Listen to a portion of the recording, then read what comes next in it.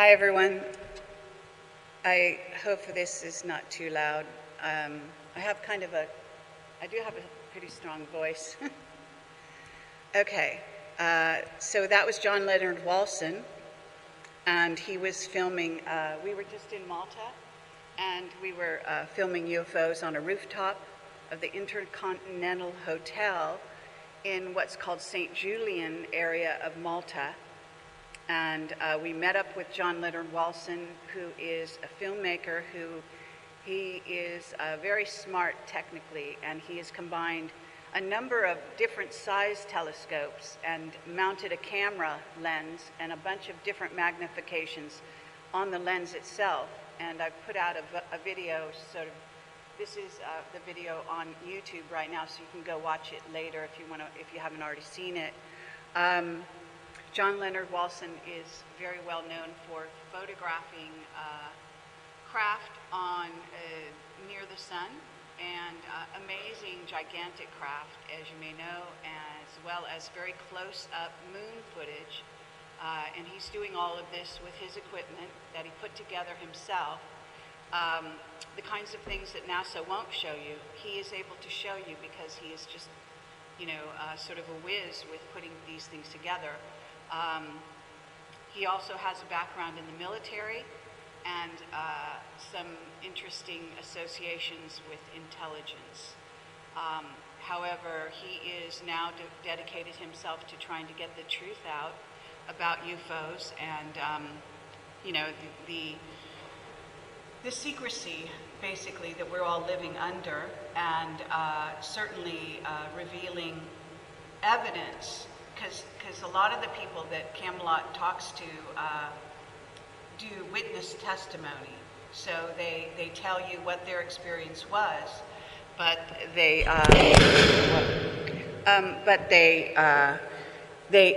don't show you evidence. So John Leonard Walson is rather unique in this area. How many people in the audience have seen his videos before? Raise your hand, please. Okay. Good, excellent. So he has many videos, and I put some on my website, and we're very lucky to have contact with him at this time. So I know we have a very small audience here. It is one of those twists of fate that goes on, and I have very bright lights on my eyes, so I'm sorry if I'm kind of squinting at the moment. Anyway. So I want to say that, this conference seemed to have a lot of problems associated with putting it on. And of course you can understand that this would go on with regard to the kind of information we're trying to put out there. And it does appear that at least in this part of Europe, there may be added surveillance, added obstacles to getting the truth out, as we say. And I have actually, Bill Ryan, my former partner in Camelot, spoke in, I think it was the Czech Republic many years ago. And that was to a college, sort of a place, a university. And we had a nice audience at that time. Since then, I'm not sure what's gone on here in Europe. I can tell you that we just did a very nice couple of conferences in the UK. Very good attendance, and eventually all of this footage will be put onto our Vimeo channel, so you'll be able to see these conferences. And this conference itself, with some help, I believe our hostess, Alexandra, will try to get it, make it available to everyone. So thank you so much for coming. Those of you who braved the obstacles going on to get here, and that goes for the speakers as well. I can say that I guess you've already, I don't know if there was an announcement earlier today about Kevin Annett, but I understand he was detained on the way here at New York City Airport. I got a communique that Alexandra sent me earlier this morning saying that they believe he was prevented from flying further to come to the conference and speak in person, but I understand he is going to be on video. So hopefully that will all work out. And when is that? Is that tomorrow? Tomorrow afternoon.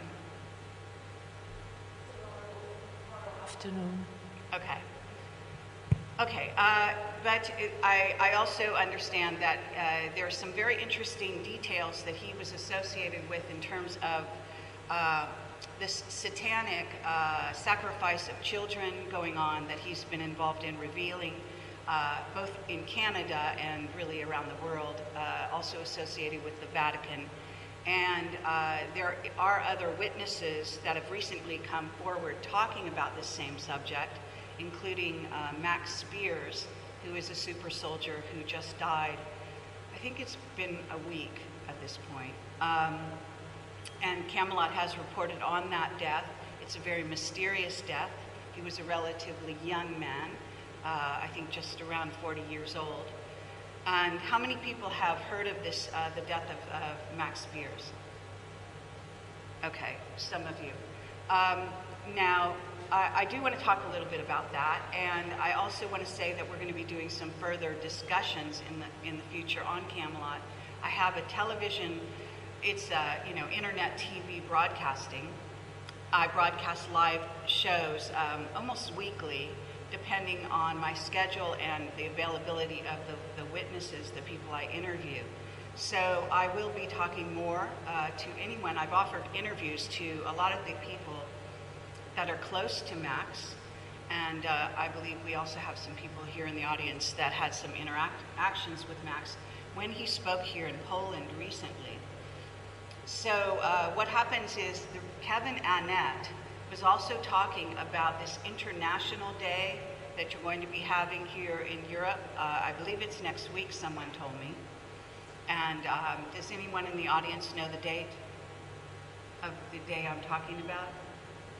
Some international day. No one knows. Okay.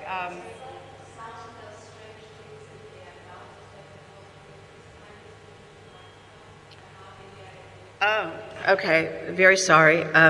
This seems a lot of echo, but it's also covering my face, so I guess it's not. I don't know what to do about that. Anyway, International Day. There's an International Day that's coming up here in Europe. Do you know what I'm talking about? Does anyone in the audience know what I'm talking about? About a celebration day. Could you give me the date if you know it? Okay, but at any rate, the reason I'm bringing it up is because Kevin Annett had made an announcement, I believe it was him, among other people, and Max Spears also, right before he died, referenced this date as a time when the Vatican and a number of other sort of key locations of dark magicians who are trying to run the planet, basically, who are reptilian bloodline in mainly, we're going to be, or are going to be, according to this information, doing a lot of child sacrifice and blood rituals. So this was an effort to reveal this before it happens. Usually in the alternative community, they aren't able to know when these things are going to go on necessarily, or at least be able to reveal them before they happen. Obviously, this was an effort to reveal it before it happens and maybe prevent it. So this is very important. And we don't know exactly why Max Spears was killed. We do know he has been killed. They are doing an autopsy. I've just heard from Miles Johnston just today again, and he has spoken with the mother, and she is, I believe, having an autopsy performed, and this is sometime in the next 24 hours, if I understand correctly. Whether or not the autopsy will show anything, we don't know.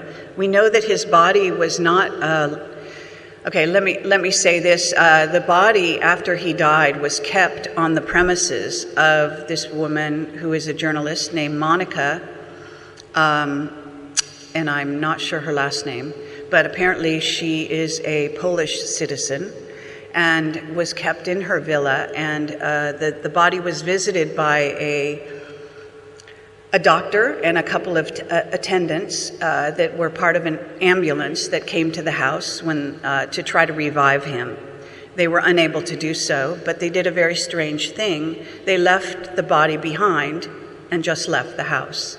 And then also a policeman was called because the woman, Monica, was, I guess, quite agitated and wanted the doctor to work harder or whatever to revive him, and would not let them take the body, would not let the policeman take the body. This is what I've been told. Now, more information may come out in the future, so I can't tell you how accurate this is. I can tell you that I've been in touch with people close to the scene who were in touch with Monica at the time, including the filmmaker, who did a last, it seems to be the last recorded interview with Max before he died.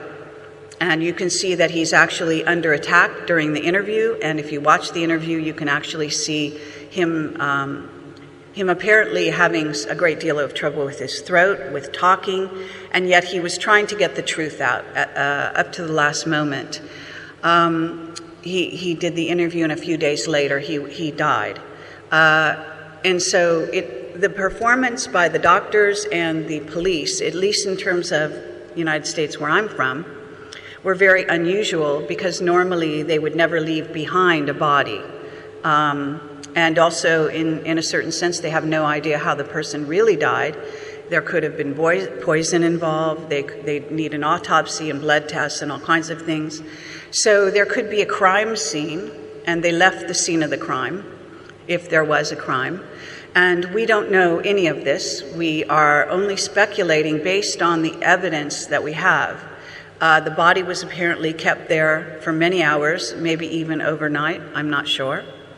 We're concerned that some satanic rituals may have taken place or been facilitated long distance. And these people can work, these dark magicians, long distance. So they can do rituals using remote influencing and other methods that we all have in our abilities, by the way.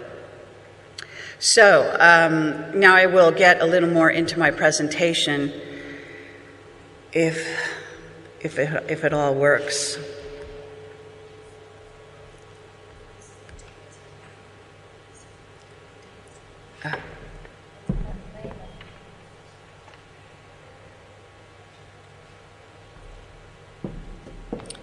Okay, the ceremonies that I was referring to that they may be performing child sacrifices on is called World Youth Day. It appears here.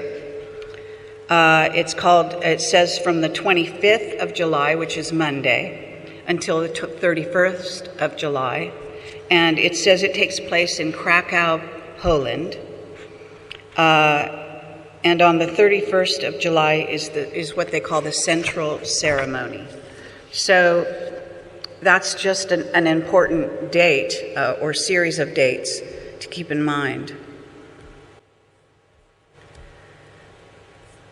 Now, I also, let me see if this is going to, okay.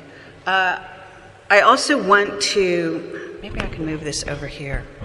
I also want to talk about a little bit about my experience here in Prague. I haven't been back to Prague in this life at all, but in prior lives, I believe I visited Prague. I can tell you that we went up to the castle and we did the tour, and I can tell you that as an intuitive and being fairly psychic, I was aware of a lot of black magic rituals that have taken place over the centuries by people who were ruling this area, and that the church is right smack in the middle of the castle grounds, really, and it's quite a dark structure in and of itself. And many people will know that the Vatican is associated with Satanism. And, I'm sorry to say that what happens is when we're talking about black magicians, we're talking about the people that run or attempt to run the planet. You cannot separate the two. They actually are one and the same, even ones who pretend for the public to really have nothing to do with that sort of thing. Anyone who is in those ruling sort of positions and becomes also a Mason, for example, has access to learning about what's called magic. And magic, of course, is two-sided. It has a light side and a dark side. So this is what we're really talking about. So this type of thing has been going on throughout the ages, and apparently it was quite plentiful here in Prague. Now, even if you look around here in this very strange building that we're in, you can see that it has quite a rather interesting sort of satanic tinge to the architecture, etc. We're also down in what is in essence an underground facility at this time. So, what I would say here is to, before I begin and get into everything else, I wish you would all surround yourself with white light and sort of do your best to, in your minds, to cleanse your auras and to sort of basically release any sort of negativity from the area, and any negative entities can now leave. So I will proceed at this point. There have been some developments in the UFO community, as we call it. And let me ask you, because I hear that my voice is booming through through here. Is it okay? That's great. You sound great. We're happy to be here. Sorry? We're happy to be here. You sound great. Excellent. Okay. So there is something called the NORAD papers that has come forward.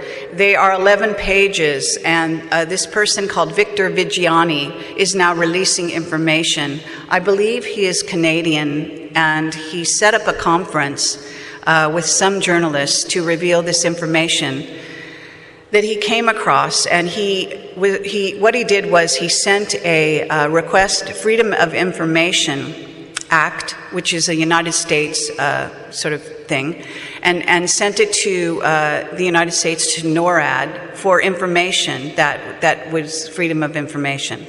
And it came back to him with blacked out things, as they always do, but it was referencing UFOs. And a very strange thing happened. He got a letter from a person who appears to be I believe the commander of NORAD, and this is in the United States. So he's a Canadian citizen writing to the Freedom of Information Act to get this information.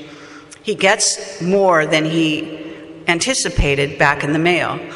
And unfortunately for NORAD, or maybe purposefully, and this is where it gets into sort of a convoluted game that goes on in this whole world that we're all a part of, in which there is a great effort to hide the truth from humanity on every level. The secret space program being one of those areas, but not the only one by any means. And I'm going to get more into that as I go. So what happened was he got a letter from this commander, and the commander basically said he was sending Victor information about what went on, tracking what they called, let me see if I can get the name right, hold on one second, tracks of interest is what they called them. So instead of calling them UFOs, they called them tracks of interest. That they did an average of 1,800 tracks of interest, meaning following the craft, and 75 intercepts approximately per year for the last, I believe he said last 5 years, I'm not sure. Anyway, this is the information that he got, along with some other information.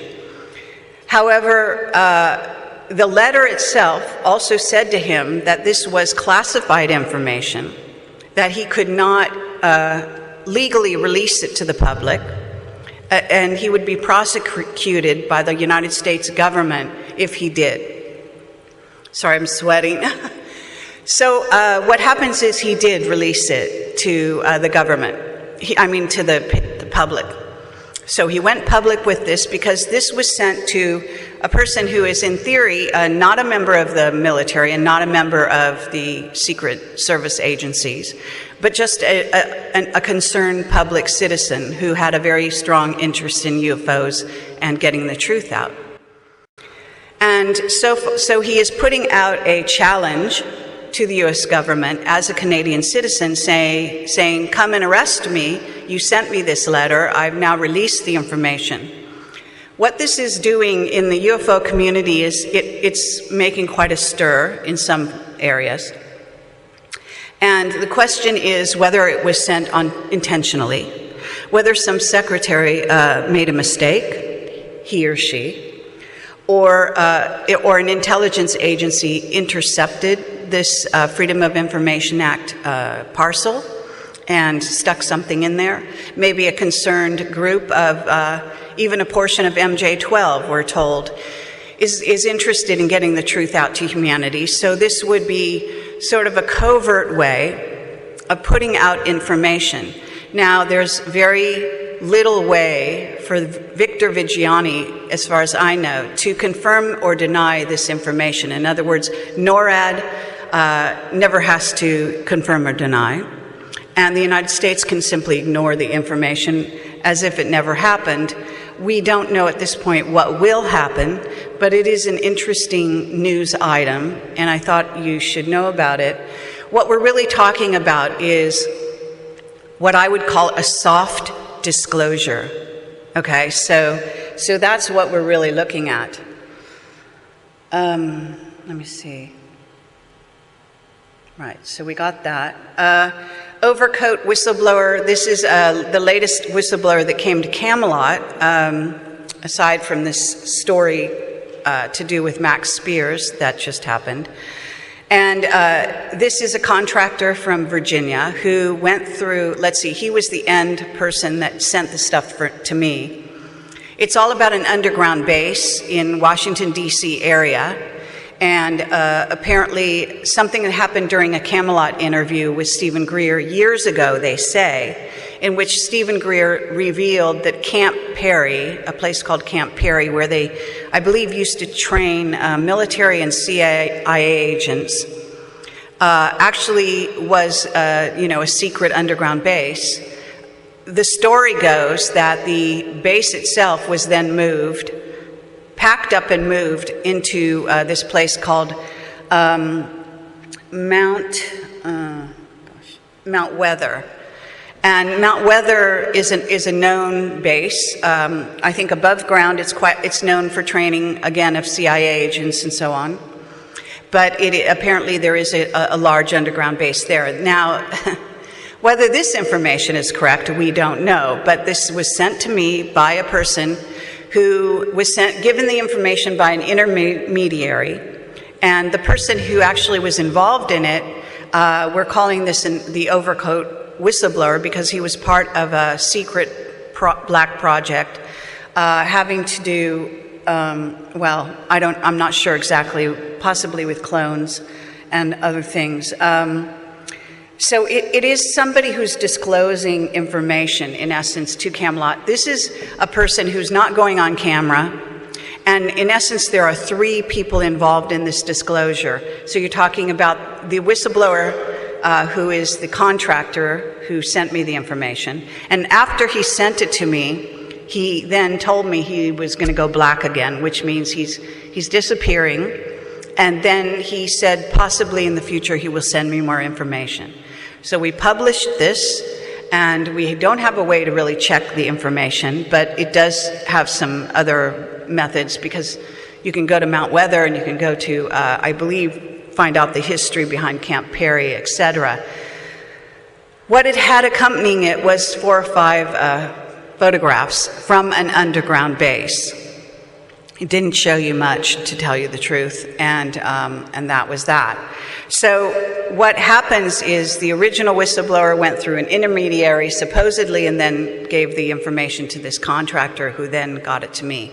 So that's kind of just showing you what the whistleblower world is about, and sometimes the whistleblowers never go before the camera, and etc. And Camelot has done over 500 video interviews, as you may know, and many years of radio shows with contactees, experiencers, abductees, call them what you will, authors, investigators, and whistleblowers. And our specialty was whistleblowers from above top secret. and we've now been doing this for over 10 years. And I started out with a partner, as many of you know, Bill Ryan. We split up after three and a half years, having changed and diverged in our philosophies of what was going on. And he continued to take over what we started as Project Avalon and created the forum there. And he still is active in the community, so to speak.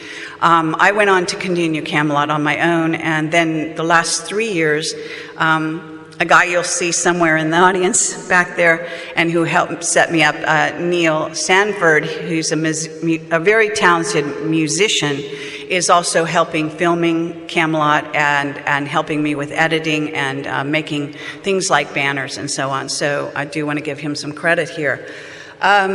Okay. So the bottom line is that we all live in a matrix, and everyone knows that. What can you do about it? Meditate, meditate, meditate. Spend time in nature. Be concerned about what you put into your body. Try to put as much clean, clear water in there. I can tell you that we are spirit having a material experience, so that in the end, this is simply a vehicle. You are eternal, and so that you can go on beyond this time and space. We occupy, we are multidimensional. We occupy a multitude of bodies simultaneously. Reincarnation is simultaneous because time and space is all simultaneous, all is one, etc. So that's like the quick overview of what's really going on. Now, let me tell you that the information I have comes from my interviews with these people for over 10 years. And so I am not only speaking from myself and my own intuition and my own research, but I am also speaking, in a sense, for all of these other people that I have talked to and interviewed over the years. And so it's a body of knowledge that is actually very substantial. And many of the whistleblowers, and I'll get into the details on the whistleblowers as I proceed, but many of the whistleblowers have come forward, some of them temporarily, some have gone back to work for the powers that be, but they've done so under great stress and sometimes danger and sometimes the threat of death, etc. And some of our whistleblowers have been killed after coming forward. Max Spears, as it happens, was interviewed by Camelot, and I'm not sure if I was one of the first or not, but the first time I interviewed Max Spears, the super soldier who just died, he was accompanying a guy who was also a super soldier. That's the kind of terminology we use to apply to a person who has worked for the secret space program, who has probably been augmented physically, who may be working in the astral planes and sent on assignments there, who is being utilized in experiments, black projects, etc., who may have had their DNA genetically manipulated, etc. Now, I have a lot of these kinds of whistleblowers, and I've been dealing with a lot of them over the 10 years. And it's a very, a deep rabbit hole, I guess you might say. And we're talking about psychological profiling and understanding that there is a very substantial sort of dynamic that goes on between the whistleblower and the people that they disclose to. And that these whistleblowers that we encounter are very important to us and to revealing what's truly going on our planet at this time. So we owe them a debt of gratitude, if you will. They are doing a service for humanity. At the same time, many of them are actually approached after they testify to us and are brought back into black projects. Sometimes they are tracked and killed and so on. I can tell you that at least three of our whistleblowers, aside from Max, who arguably was a whistleblower, have been killed, and that's a Mr. X, one of our first interviewees, who was quite a young man as well, and was about to go even more public than he had done with us, was talking about going on coast-to-coast radio and talking about his experiences. He had come and testified to us after 40 years of silence about having been working in an aerospace company and collecting data and being in a vault and going through organizing data that had to do with the U.S. and other governments, I believe, interaction with ETs, crash retrievals, and so on. And he was collating and getting this information together. He went into work every day, and that was his job. He had another job for aerospace prior to that, and he did volunteer for that particular job. And then he died suddenly over Christmas, just after we had given his testimony at a conference called the Crash Retrieval Conference that was in November. In a couple weeks later, in December, he went out Christmas shopping with his wife. He complained of not feeling well. At about 3 in the morning, she rushed him to a hospital, and he was, dead by noon the next day. I'm not sure what the final diagnosis was, but it was highly suspicious in our view why he died at exactly that moment.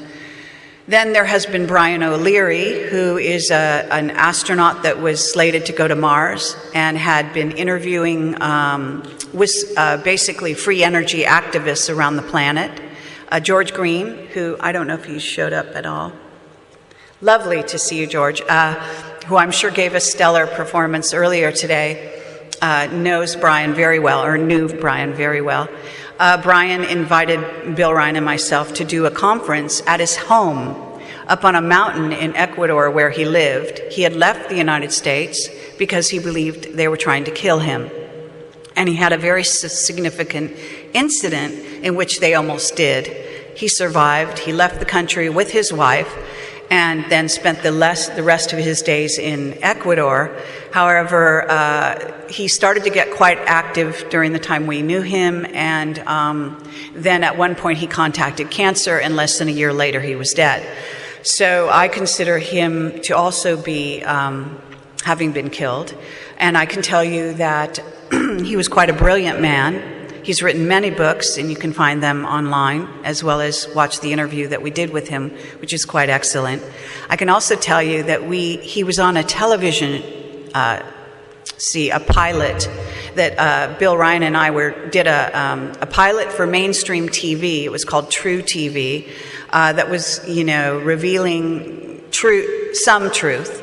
And Jesse Ventura, if you're familiar with that name, had a show before ours called, I think it was called Conspiracy Theory or something like that. Anyway, we were supposed to be the show that came after his show. They did the pilot episode, and Brian O'Leary did testify in that pilot. So you can go online and on my channel and watch that pilot, and you will see his testimony. Now, right before he died, he called us up after they had shot the pilot. It took them over a year to edit it, and then they basically put it on the shelf for 2 years. And he died during that process. But sometime after he did the testimony, he had revealed that he believed he was, people were trying to kill him and so on his testimony on that pilot for mainstream TV. And then he called us up and asked us if we would remove his testimony. All of a sudden, he was afraid, and he was in quite a state. And basically, we weren't in charge of the pilot anyway, but I can say that I refused to ask them to remove the footage, but they wouldn't have listened to me anyway, because they tried to fire me from the pilot as it happened. They weren't successful, and I have to thank Bill Ryan for this, because Bill Ryan stuck to his guns and said, no, I'm not doing this pilot unless Kerry is with me in it.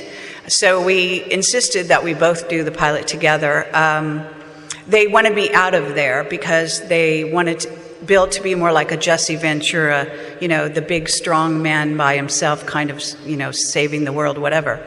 So, there's a lot of discrimination in Hollywood against women, and I'm sure you've heard that. I don't normally talk about that sort of thing, and I could whatever. But it doesn't affect me much in this world that I'm part of normally. But going into the Hollywood scene and trying to make a pilot and a TV series, you come across this kind of thing. Now, on top of it, there were a number of very interesting things happened during the shooting of that pilot.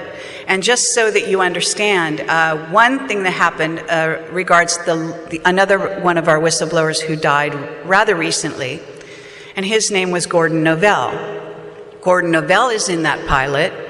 He has a couple scenes in that pilot, and Gordon Novell was a CIA agent. And his whole life, most of the time, he would deny that he was, but he was. And right during the shooting of that pilot, he called us on the phone. He was in the hotel, you know, the same hotel or whatever, and he asked to speak to our producer. And he told me that, yes, I am a CIA agent. And he finally admitted this after denying it to my face for many years. And then he said that he had an offer that the CIA wanted to make the producer of the TV pilot. And so I connected the two of them. And basically, the deal was that they were going to make for him was that if they would take the TV series and put it under the purview and control of the CIA, that we would go forward and we would have a series and so on and so forth. And that was their offer. Otherwise, probably not. So what happened is that the producer at that time was a person who had principles, I guess you might say, and was a young producer, or is, and said no, he would not do that. And so what happened is, of course, our pilot was then, it was buried. They finally aired it too late. It was put on the shelf. Then they aired it without any advertising whatsoever. We had some devoted fans that let us know they were going to advertise it. We went out and got a copy of it, and everyone else, it kind of died, but it had an audience. However, then they just killed it, and we just put it on YouTube, and it's been on our channel ever since. But this is the kind of thing that goes on behind the scenes, and since we were witness to it, I think it is quite interesting.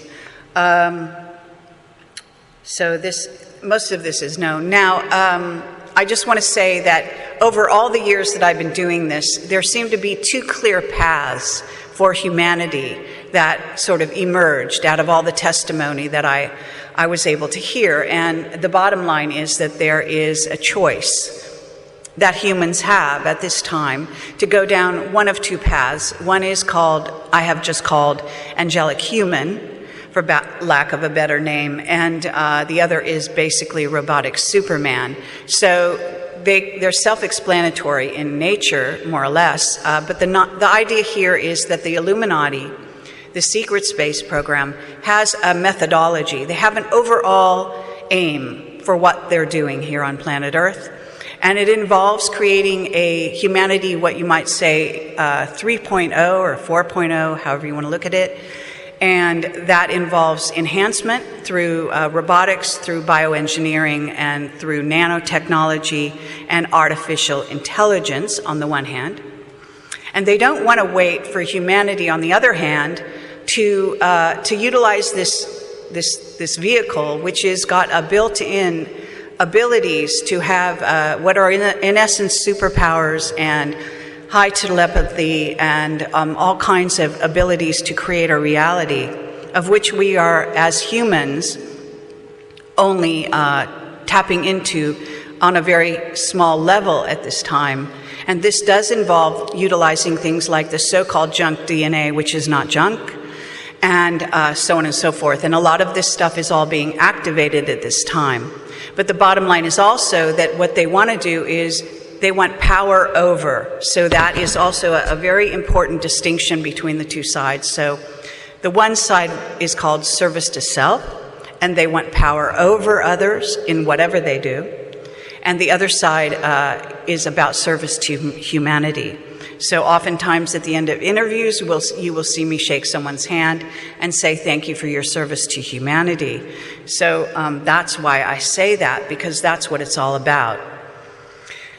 So, in essence, as many of you know, we have two civilizations now going parallel here on this planet, One, in essence, has space travel, as Richard Allen Miller, one of our whistleblowers, says, who is a physicist and was more or less a black magician who has now gone over to the light. He left the service of the secret space program after a crisis of conscience, and he is now a speaker out on the sector, and you may know of him. I've interviewed him a number of times. I highly recommend those interviews. But that's what's really going on. So we have a culture of secrecy that has been going on now for millennia, really. And it behooves you and the people that are watching this video to do your own research, to document all of this.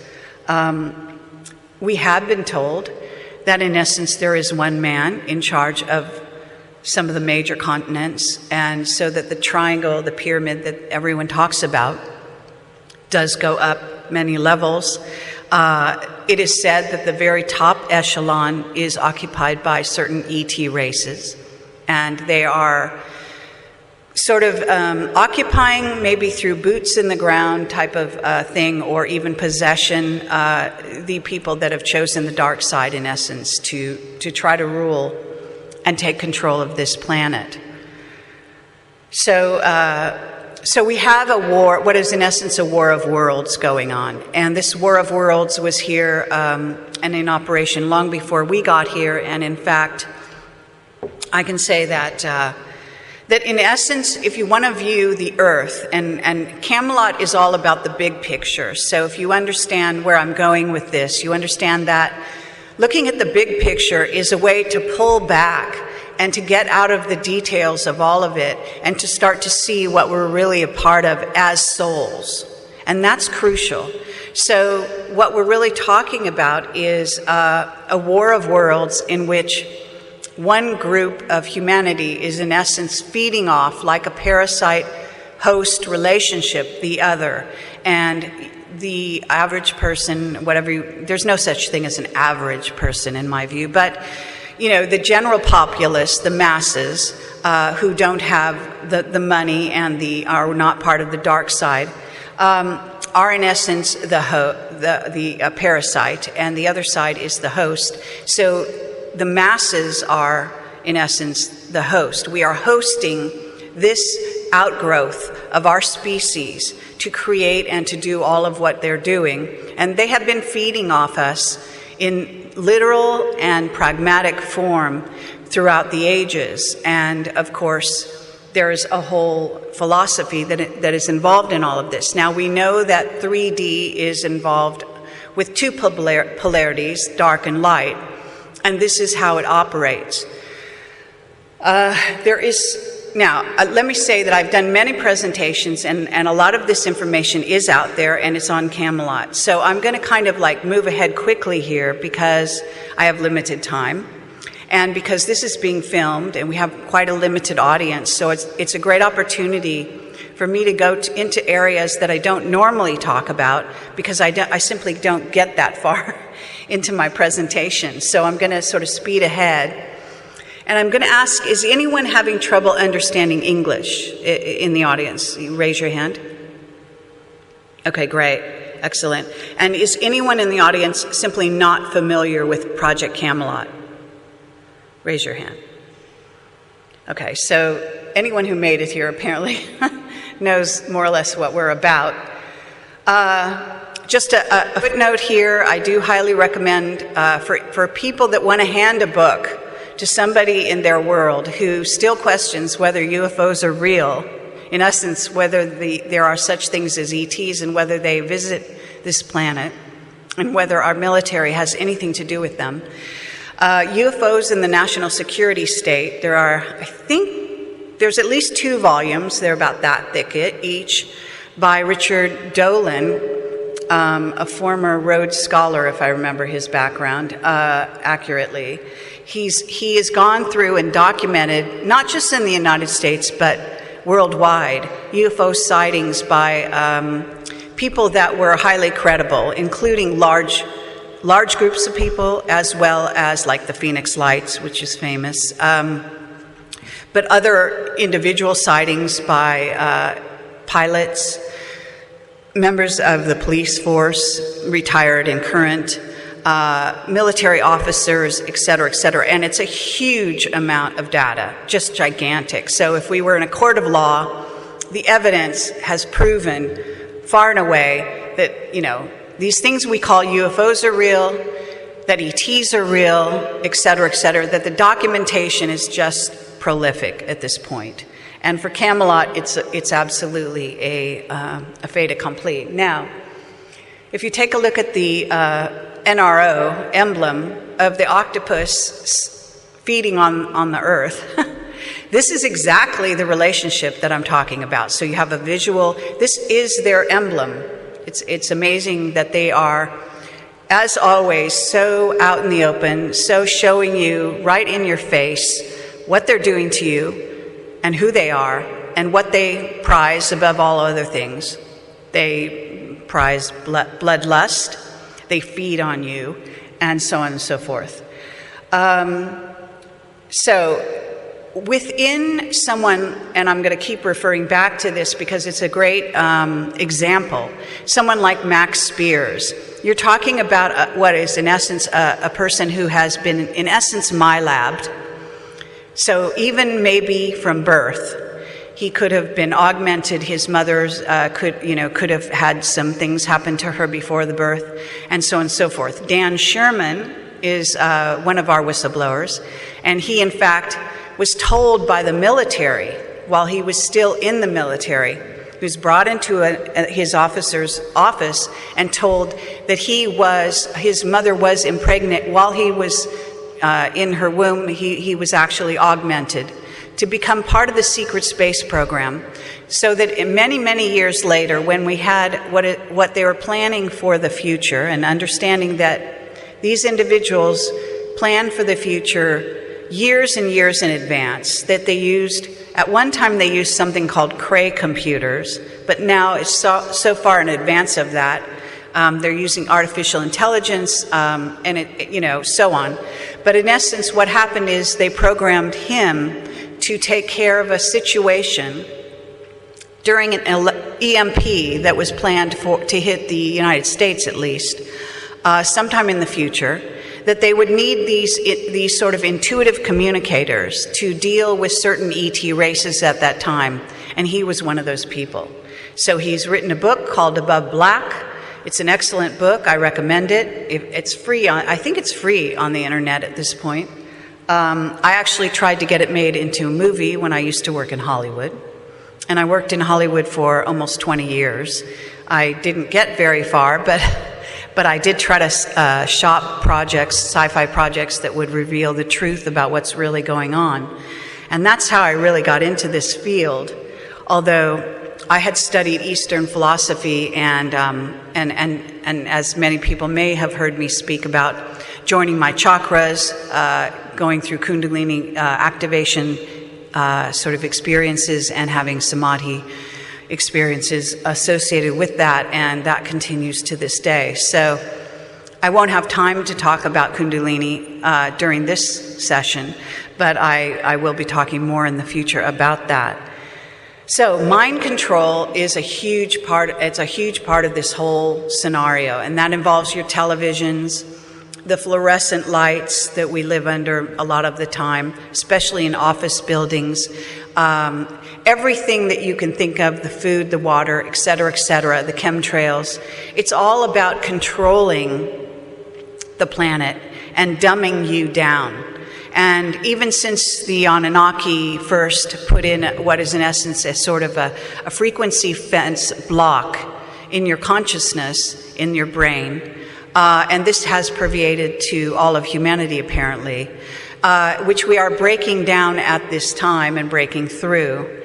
But basically it was all about dumbing you down, because what happened through time is that this vehicle, you don't have to reinvent the wheel in essence. This vehicle is perfectly capable of bringing you to what's called enlightenment and beyond, and giving you superpowers, et cetera, and all of this is linked to things that yogis call in the East Kundalini activation, and in the West it's known as orgone. So anyway, so mind control is part of this, and it's a very big part of it. And MK Ultra is in the public domain, so to speak. So you can research MK Ultra and get a tremendous amount of evidence to substantiate all of this. Okay, so now I'm just going to go really far forward. Bottom line is, I think it's time that humanity stop looking to see if UFOs are real, which is nonsense because, of course, they are. The only question you have is, who's driving the craft? Is it ours or is it theirs, so to speak? Is it ET or is it, the humans? And many times it's a combination of both is what happens. And I myself have had multiple UFO sightings. I was abducted as a child. I have memories of this, and so on. So what happens is, in essence, if you want to look at it on a sort of 3D going into 4D, and we're very much moving into 4D and in essence in 4D now on this planet, and the difference between 3D and 4D is in 4D, you no sooner think of something than it actually can manifest. And it's a time differential. So in the past, when you wanted to create something in reality, you would think of it, then you would work on it, you would try to communicate with others to make it happen, etc. Now that time is really diminished, and sometimes it's actually instantaneous. And sometimes, if you're aware of our nature as time-traveling entities, which is just part of this vehicle and your abilities, you will know that you can actually precog the future. So in some ways, you can live the future before it happens and then see it happen before your eyes. And this happens to me all the time. It's called déjà vu, and there are other words for it as well. So, in essence, according to Ashiana Dean, who is one of my, if you want to call her a whistleblower in a sense, and she is a contactee, who considers herself not to be channeling, but to be getting what are in essence downloads. And the difference would be that lots of channeling does go on, but a lot of times the channeling requires the individual to kind of move over to the side, get out of the way, and then the channel comes through that vehicle. Whereas with Ashiana Dean, she is conscious during the interaction, so she's in a sense having a dialogue with whoever is contacting her. And in her case, it's called the Guardians. The Guardians are a group of races who take credit for shepherding humanity through these kinds of trials that we go through. And in essence, some of whom have contributed their DNA to actually this vehicle, creating this vehicle we call human. So in essence, we have been in battle, and the ETs, we call them ETs. There are some interdimensionals. There are some that are under the planet. There are some that consider this planet their own forever, but just lumping them all into sort of a bucket, calling it ETs just for simplicity, I can say that they have been in battles for eons before this planet was ever terraformed and made into a place where humans, or this humanoid species, this experiment called human, could be advanced. And I can also tell you that the evidence is pretty prolific that we are made up of at least 12 or more ET races, and at this point many more. We have been invaded over and over and over again.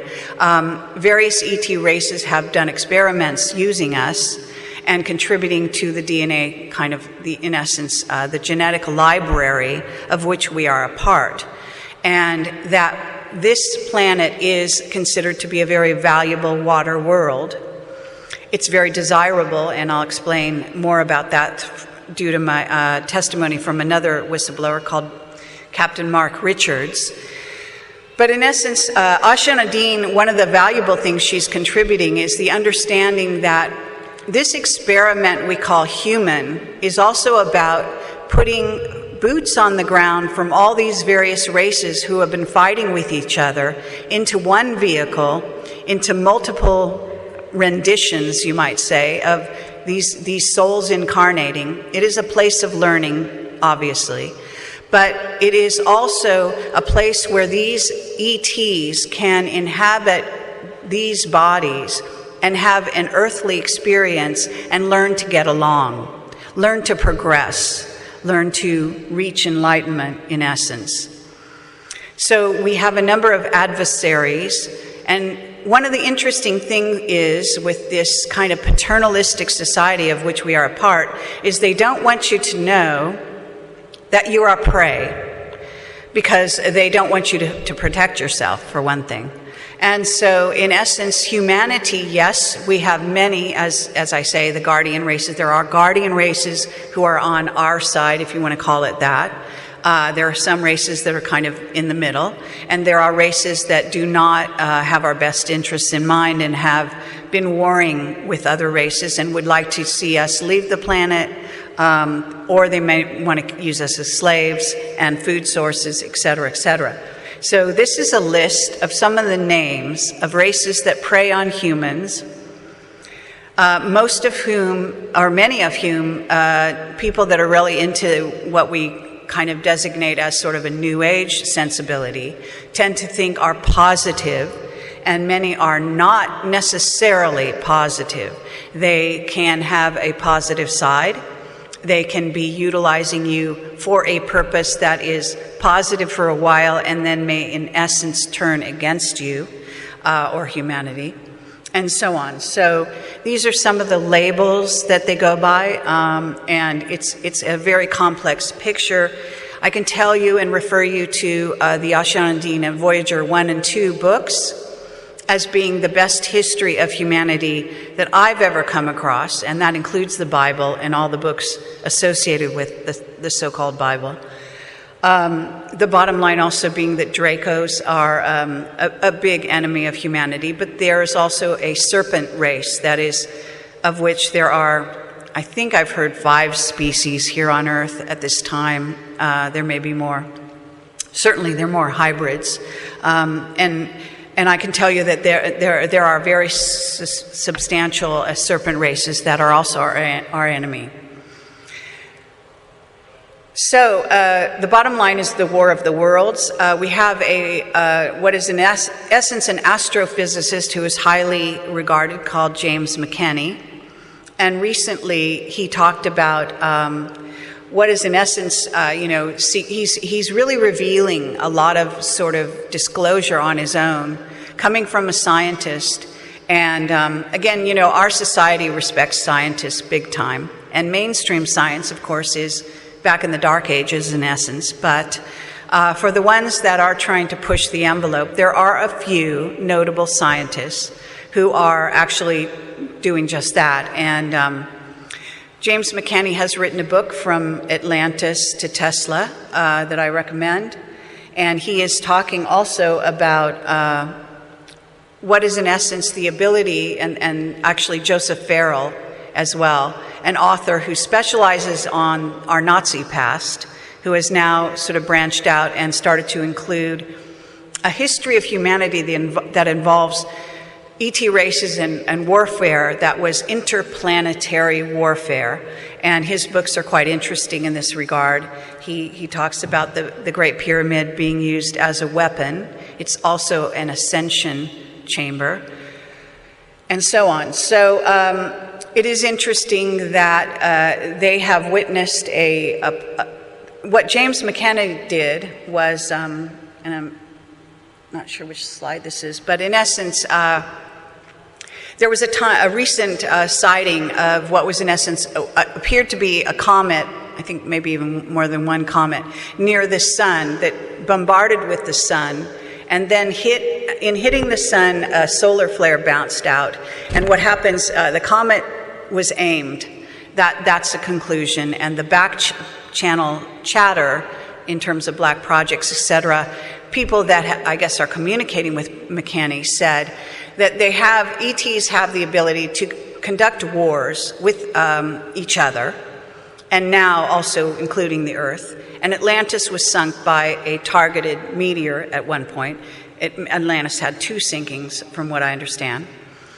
And so that recently they saw a comet being aimed at the sun. Out came a solar flare. If the solar flare is aimed, if the comet is aimed in such a way that solar flare could be aimed and then come back and hit Earth. Why that matters is because you have a guy named Ed Dames, who is a CIA agent, and there's no such thing as a retired CIA agent, in essence, but he considers his mission to go out and tell people about a possible solar flare incident. And the interesting thing about this is here we have James McCanney talking about how these various races and part of the secret war that's going on above our heads can involve targetings using things like comets. And then you have this so-called CIA agent telling you that there's going to be a flare aimed at us at some point. So it's not a natural event. And a lot of this stuff, you know, a lot of the things, earthquakes, a lot of the plans for the future, a lot of the things that involve so-called things like Armageddon. And this brings to mind my interview with Leo Zagami, who was a whistleblower from out of the Vatican, who's still out on the circuit now. I can say he was possessed by what is in essence some people may call the devil, whatever, at one point. I have documented evidence of that. I think he might have gotten out from under that to some degree, but I wouldn't say he's completely sort of distanced himself from what's called the P2 Lodge, which is a lodge of black magicians. And sometimes I think they're at odds with the Vatican and their magicians having an internal war.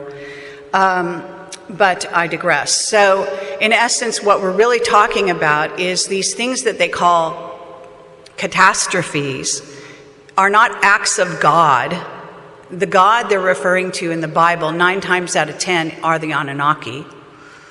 They're not gods at all. They have all the same human proclivities, etc. And so there's this whole problem with humanity worshiping, and this goes for whether it's rock stars or, you know, whatever the latest celebrity thing is, or authorities, so-called doctors, this whole sort of mind control program for humans to, in essence, worship or allow others to sit above them and tell them what is right and what is wrong. When in reality, you have within this vehicle and as part of spirit, your own heart and mind, which can resonate together to give you an indication of what is true and what is false. You know when you're hearing it, even as sort of screwed up as you may be, your body will know what's truth and what's falsity. And it's very important to begin to listen to that. And it will be more important in the future than it is even at this exact moment on planet Earth. And it could save your life if you want to save your earthly body at any rate. So, okay, so some people really want to know, what do ETs want? And I have a whistleblower called Captain Mark Richards from the Secret Space Program. I've interviewed him at Vacaville Prison in Northern California now 4 times. When I interview him, I go with his wife, Joanne Richards, a lovely woman who helps facilitate and make this possible. We sit in this prison area where visitors go. I'm not allowed to have any recording equipment. God knows why, because they're not very dangerous. I mean, they could hardly hurt anybody with this. However, I'm not allowed to have that. I can only have a little tiny pencil like that, which always runs out of lead partway through the interview, and so to take notes with. But I have a very good ability to recall information. And what happens is I leave the prison, I spend 4 hours talking to him face to face, with him sitting, you know, about this far away, like an arm's length, and looking straight into his eyes, asking him question after question about the secret space program that he worked in for, I think, something like, he's kind of born into it because his father was an officer in it. His father was well known as someone called the Dutchman, and also worked with the British side of the secret space program. That's all one, really, with the U.S. And in essence, he has an amazing amount of information to share. So if you haven't heard those interview recalls, which is what they really are, I do recommend them. A year ago, on the way to interview him, I was in a hotel and I was struck by a scalar weapon and made ill, and the side of my head and face was distorted basically, and I had to get a lot of healing to get it repaired and so on. But I recovered, but I can tell you that the information I got was that I had a choice at that point to leave the planet, to, allow that to kill me, or to stay and, go through this whole recovery process. So I elected to stay because it wasn't going to be their choice when I left, and basically put on my website saying, next time you're going to have to kill me to stop me from doing what I'm doing. And I have, over the years, gotten death threats, and we've had things happen to us in the early days with Bill Ryan as well, and things continue to happen whenever they decide to sort of try to hit me with something. But I can say I have a lot of protection, and I have a lot of connection with my higher self and so on. So I've come here on a mission, as we all have, and I'm certainly interested in seeing this mission through. And I think that that all of you are part of this mission. You have your own missions. Each person has a very special gift to contribute to this overall sort of basically awakening of humanity. And as we awaken, the consciousness field changes. And it is actually not so necessary that people take action. It is important to take action. It can be useful, but it's not the only thing that will change the parameters for the Earth at this time. What in essence happens is when you change your consciousness, your entire field changes. Humans learn from each other through osmosis. Right now we're creating a field in this room, in fact. The ripples from this field will go out into the city of Prague, up and beyond, out into Europe. The powers that be know this, the dark magicians know this. They use groupings of humanity to take the energy and try to steer it in their direction. And if, emphasis here. So this is what goes on. And in essence, we are able to send scalar energy out that will actually change the paradigm. And it doesn't take that many awakened humans to do this sort of thing, just as it doesn't take a lot of dark magicians to do a negative act. And of course, you will hear tomorrow from Ole Damagard, who is an expert at analyzing all of the false flags that are in essence magical, dark magical acts to change the field, to change the trajectory, and to get things done that they want to see happen. So we're really interested in awakening humans. And what happens when you awaken or start to awaken is, without even realizing it, you start to change the decisions you make about your life. And you start to radiate more towards the light than towards the dark. And that it is that process, that polarization, if you will, that is really important to the Earth at this time. And the Earth herself will resonate to this. Now, so one of the things that Mark Richards talks about that isn't commonly out there that much is the intervention of these beings and how they took control of what is in essence the dark side and using it to their own ends with their own plan in place. The interesting thing about the secret space program and their role in all of this is that there are some beings, some humans, some hybrids, whatever, who have become aware that the secret space program kind of made a deal with the devil. And the devil was basically not having humanity's best interest at heart, not even the so-called wealthy, not even the so-called dark side's interest at heart, that they had another sort of agenda of all of their own.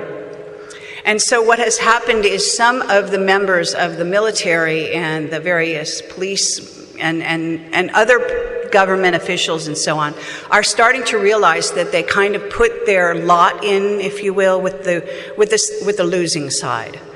And inevitably, the dark will lose. It's simply the way of these worlds, going back to, if you can visualize, to what in essence you could call the force, the creator, whatever you want to call this amazing sort of thing that generates all of this. Now, so they have started to change sides. And this is an interesting process because you also get some of the banker deaths, for example, would have been whistleblowers, would have been members of this sort of dark side, this Illuminati, whatever you want to call them, who wanted to cross over, wanted to reveal what's going on, and then were suicided, made to jump off buildings and kill themselves, et cetera, et cetera.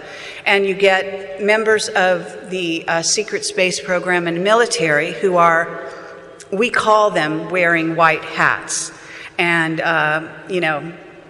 excuse what appears to be a somewhat racist designation, white, light and dark, black and white. It's difficult, but we're not talking about skin color here. We're talking about a certain kind of, going toward the light as opposed to the dark and so on. So in essence, there is a transition that's going on in the secret services and in all of these levels around us. That does not mean that the fight is over. It does not mean that all the reptilians have now left the earth, and there's a lot of new age junk out there that is made to disarm humanity.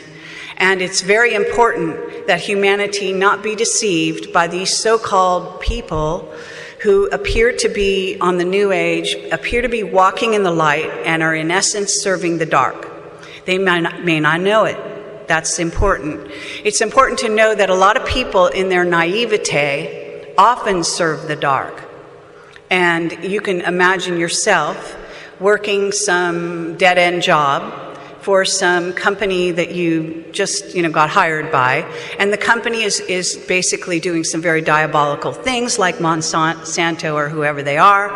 And you don't wake up until many years later. And at some point, you had been serving the dark. That's the reality.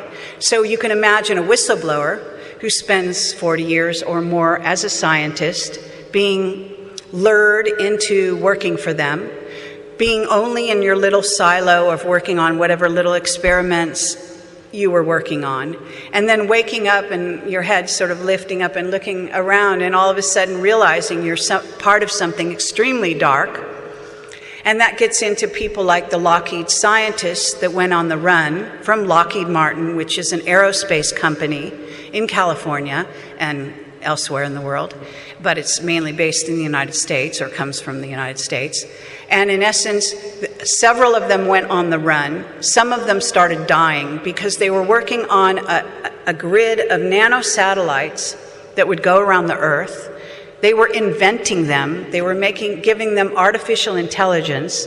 And at a certain point, they decided to give them sort of a test to see what the chances are that these nanosatellites would turn against humanity sometime in the future. And I think they found something like a 60% chance, at which point the scientists working on them decided they didn't really want to continue working on them with these odds.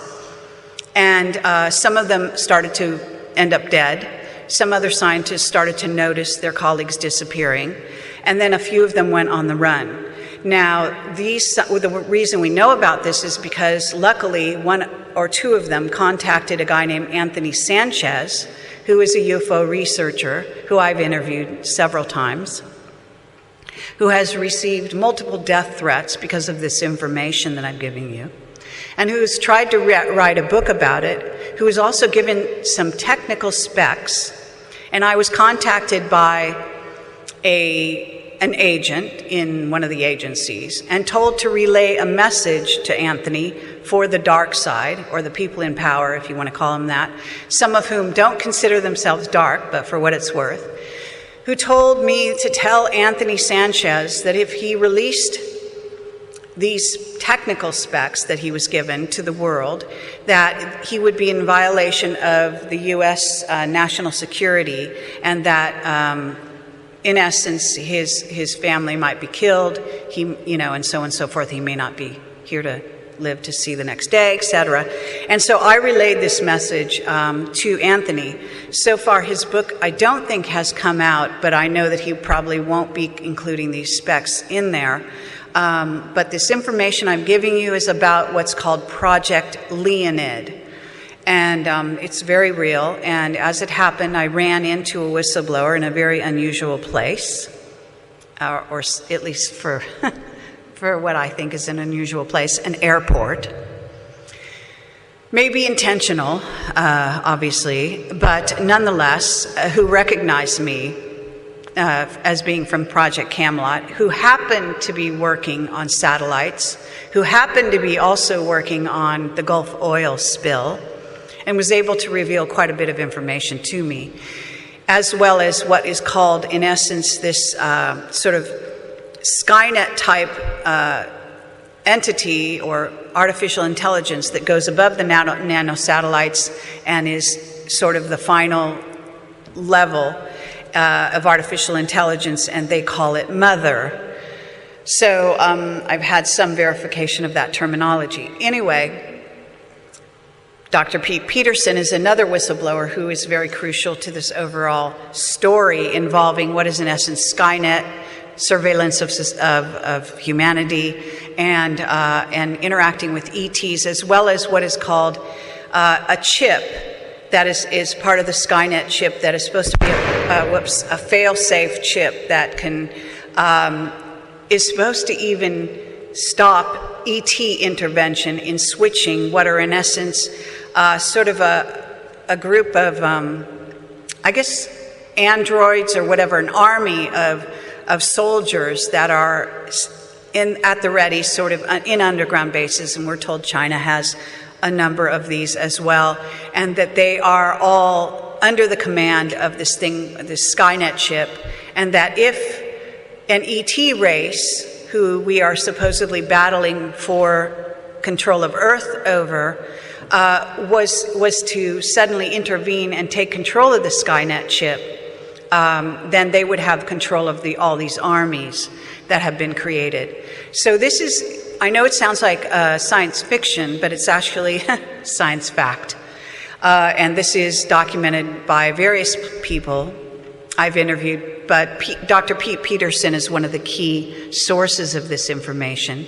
He's a Black Project scientist who worked in the projects since his youth, and at one point he met with myself, David Wilcock, and Bill Ryan, and we spent 3 days with him in which he talked from morning through to 4 o'clock in the morning, so round the clock, nonstop, for 3 days, talking to us about his experiences and what he'd come across, because he was having a crisis of conscience, as whistleblowers do, and he had been retired from working in Black projects, but he was still a very active individual, and he basically disclosed a great deal of information to us. He did it all off camera, and then he told us at the end of the 3 days, okay, in the late afternoon, now you can turn on your cameras. If you haven't seen my interview with Dr. Pete Peterson, and it's a joint interview again with 3 of us, it's 6 hours long, as I recall, and of all 3 parts, the one part he wanted removed was the one that I did, which is the last section, and it talks about this Terminator, and in essence, I ask him some very direct questions to which he tells me, sometimes he answers me saying, if I told you, I in essence would have to kill you, or someone will kill you if you take this information anywhere, and so on. So those kinds of dialogues were going on between us. He's a very interesting guy and obviously highly intelligent. So, Mark Richards talks about why aliens want to take control of this planet. There are multiple reasons. It appears that human females are utilized by many races, especially maybe more negatively based, but possibly also some positive based races. to become, in essence, a genetic playground where they can use the DNA of humanity and germinate, some kind of a being, whatever, that would be a combination of their DNA and ours, and so on and so forth. So this kind of thing is going on around the planets, around the systems, solar systems, etc. There's so many uses of humanity. I don't even want to go into all of them. But it is important that humans start to realize that they do have predators out there that are actually very real. And aside from the dark magicians and the reptilians here on the planet that prey on your children, and the reason so many children do go disappeared, some of whom were maybe taken off the planet for positive reasons to work in the secret space program, and etc. Others will be used as food and sacrificial victims, etc. So this is really what we're looking at. There is energy from a blood sacrifice that can be utilized by a magician, by a being, either taken in through sort of a magical use of the Kundalini energy, and then in a sense, a certain kind of transmutation that will then be actually transmuted to be used to do certain acts and so on. So, let's see. It is important to know that some of the beings are fully inhabited, and we also have a lot of cloning going on, and cloning of governmental leaders. And we've had multiple testimony in this regard over the years, and I think earlier today, I certainly hope, that George Green covered a little bit about cloning. Did you do that? Excellent. Okay, so I don't have to say too much about that. I'm assuming everyone was here earlier. We do have some heroes in our midst, and in my view, we are all heroes, potential Christs, saviors of humanity. It's simply your choice whether you wish to be one or not. And certainly these individuals listed here are among them. Okay, let's see.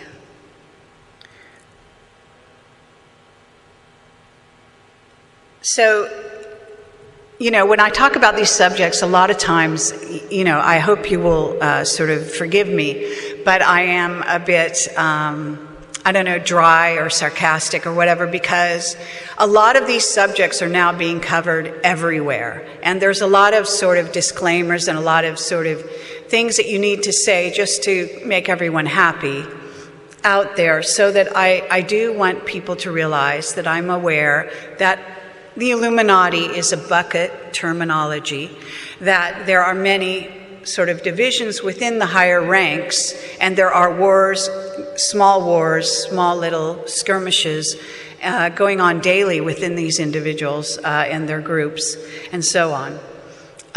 There does seem to be, and we were told in early days by Dan Burish, for example, that there is kind of a strong split within what is, in essence, what became MJ12 and a much larger organization that has more than 12 members, that on one side of the sort of aisle sit the Luciferians, and on the other side on the Nazis. They have a distaste for each other, I'm told. Some people cross over and occupy both ranks, and so on. So this Rockefeller-Rothschild divide is real. It does go on. They do play a lot of games between each other, but in the end they are united, and in their drive for a new world order, their only discussion is over who is going to be in charge, as always, who's going to be on top. So that's what we're really talking about, but they are unified, and a person who I highly recommend, I've interviewed him a number of times. I have an excellent interview with him, the main one, with Jordan Maxwell, is a person who has studied the symbolism of the Illuminati in your cities, Prague being a prime example. He can basically tell you the words, the symbols, what they really mean, why the Illuminati have them out there, et cetera, et cetera. He's studied this information for the past, he's quite elderly at this point, but I think maybe he would say 50 years, maybe 60, most of his life. He is very well regarded in this as being an expert in this area. He's not the only one. There are a lot of people who are learning how to read symbols and symbolism. But I do want to recommend him in case you're in doubt about what I'm talking about in terms of the overall, in essence, an Illuminati agenda and something that has been going on through history. Because when you see these ancient sites and you see them inscribed with these symbols, it's amazing how they link up around the world. So, right, I've kind of covered that.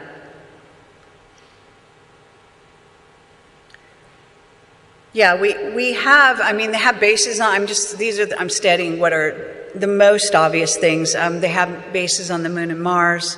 They have interplanetary space travel. They are terraforming the moons of Saturn and Jupiter, and so on. And all of this, again, I have interviews with many, many, many whistleblowers and source information. Let me say that I also, on my website, we put out written information. So if you have a whistleblower who won't go on camera, who also won't do audio, we will basically release their testimony in a written form. Sometimes it will be paraphrased, and sometimes it will be quoted directly.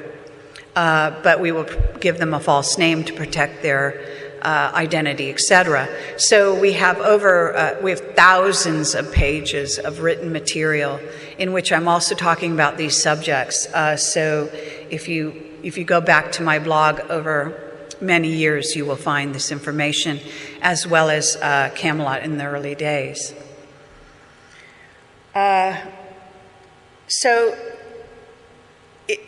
Joseph Farrell has lately been bringing forward information about the creation of creatures, and the Dulce base is famous for this, as a place where they were doing things like they did at the time of Atlantis, which is, in essence, taking human DNA and combining with various animals and so on to create, very, very violent animals that they want to do their bidding. And if you saw, I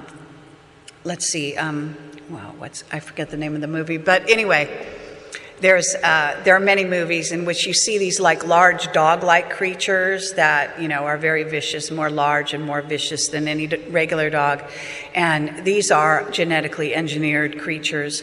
And also on the sides of all the churches, you can often see these combinations of griffins and snakes and lizards and all kinds of things. So these are beings that were also used and apparently are being created again to be used in maybe future wars and things that may be going on in underground bases beneath the earth. And also underground bases are also undersea bases, and a lot of stuff going on with regard to that. There is a history of the beginnings of what we call the secret space program that goes directly back to the Nazis. They, in essence, did not lose the war. They simply moved locations to the United States, which they are running at this time, and also Great Britain, and working with the dark magicians, and then to places like Argentina and I think it's Bolivia, and anyway, they have underground bases and places where also Antarctica. We're talking about something called New Berlin, and all of this is ongoing stuff. And good researchers to read their books about it, again, are Jim Marrs and Joseph Farrell, but there are certainly others.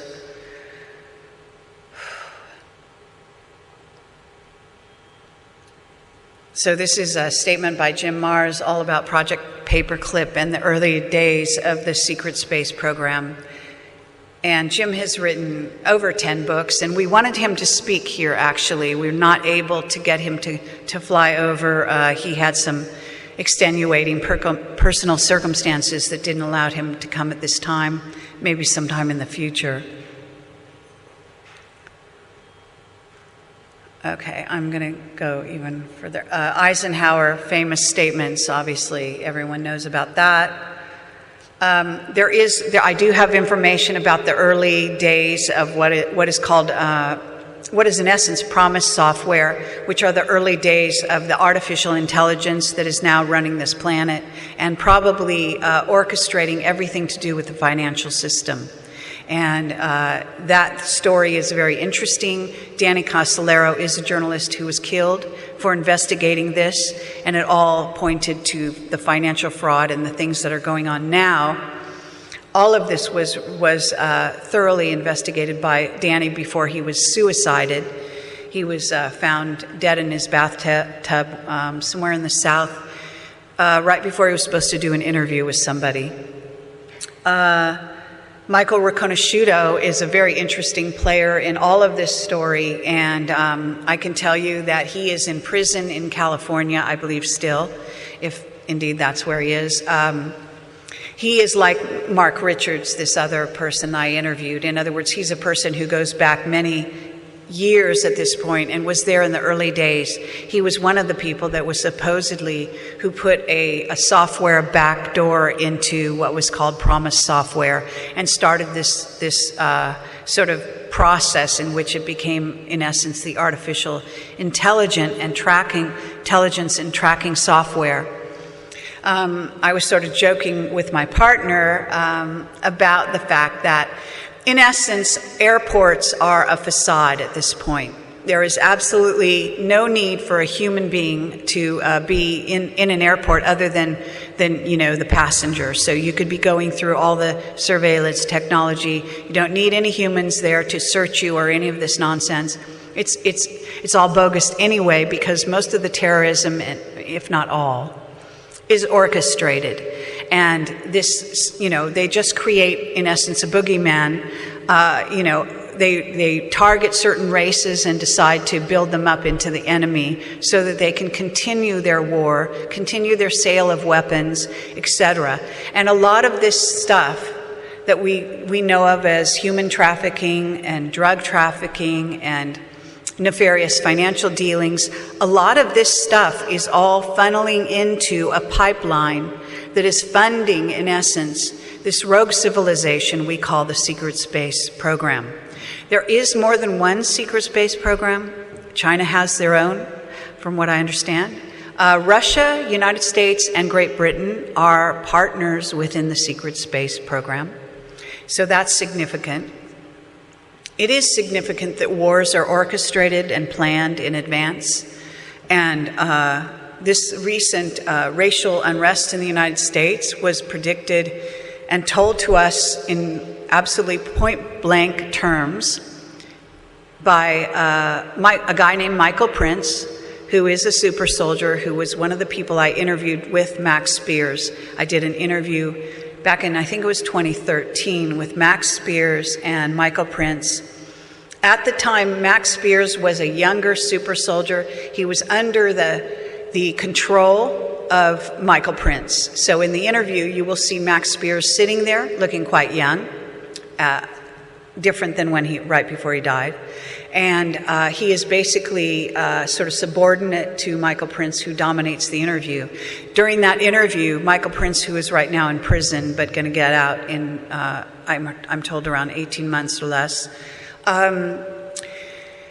tells me on the interview that the Illuminati's plan is to actually orchestrate racial wars in the near future in the United States. And at the time, I actually kind of laughed and I said, "You're kidding, that is so old school, I can't believe people would buy into that." And he said, "Doesn't matter, that's their plan." And this is the interview in which he freely admits working for the Fourth Reich and being proud of it. So this is what we're talking about. Okay, all of that has been said. And I've explained about why that, am I going backwards? Let's see. Okay, I do have quite a long presentation. I'm going to skip ahead here to the psychology of whistleblowers, and in essence are key whistleblowers. So these are some of the key whistleblowers. Just a couple notes on some of these people, and I'll show you their pictures. Not sure if I got all the pictures right at this point, but anyway, where you see Tony Dodds was also known as John Roby. We gave him that false name.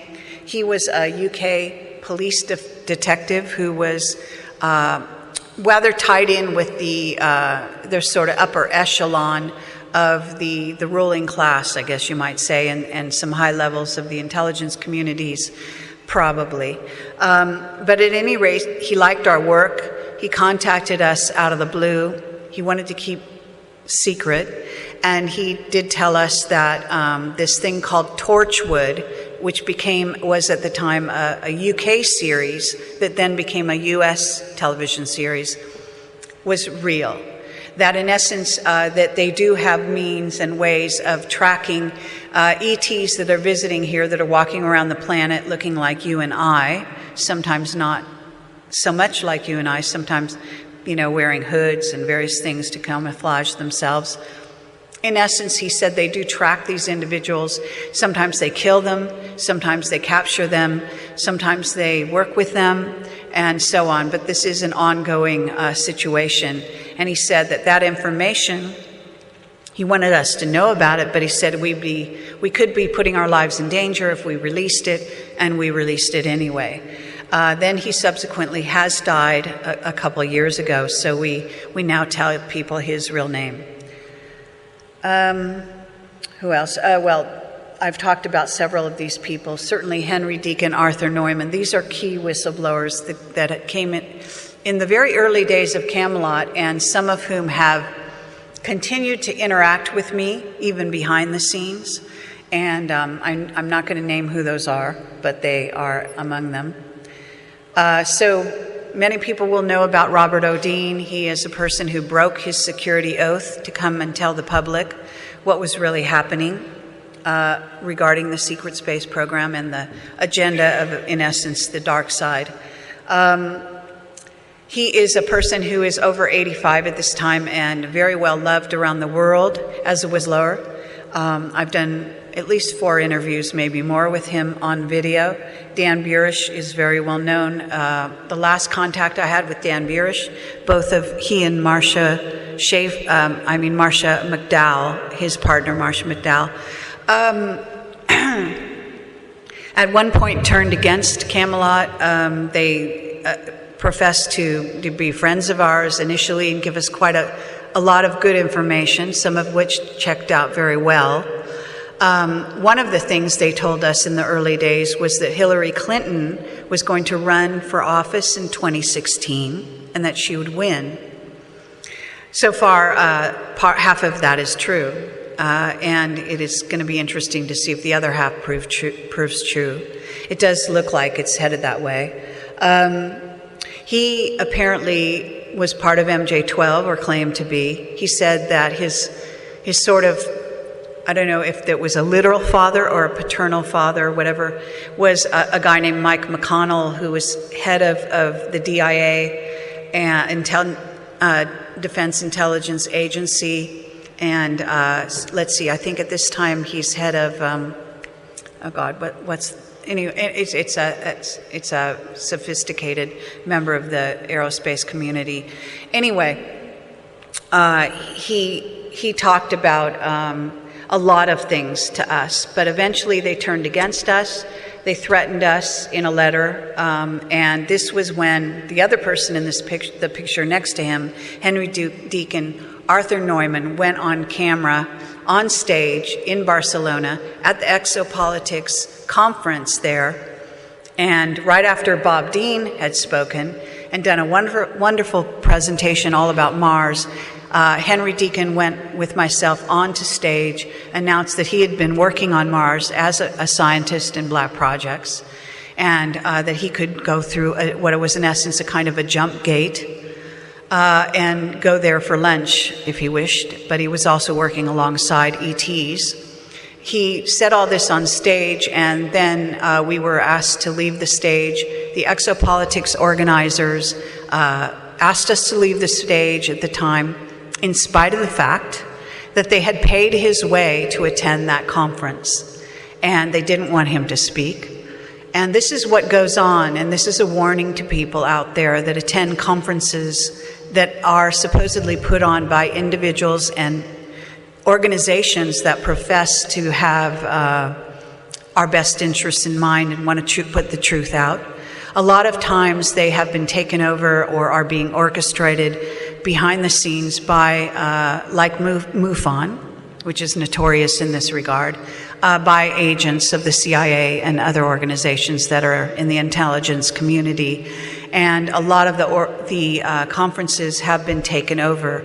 The information that you're getting at those conferences is carefully tailored to keep you in a certain kind of state of mind so that you don't think too far outside the box, so you don't really believe there's any bad enemy to humanity, in essence, etc.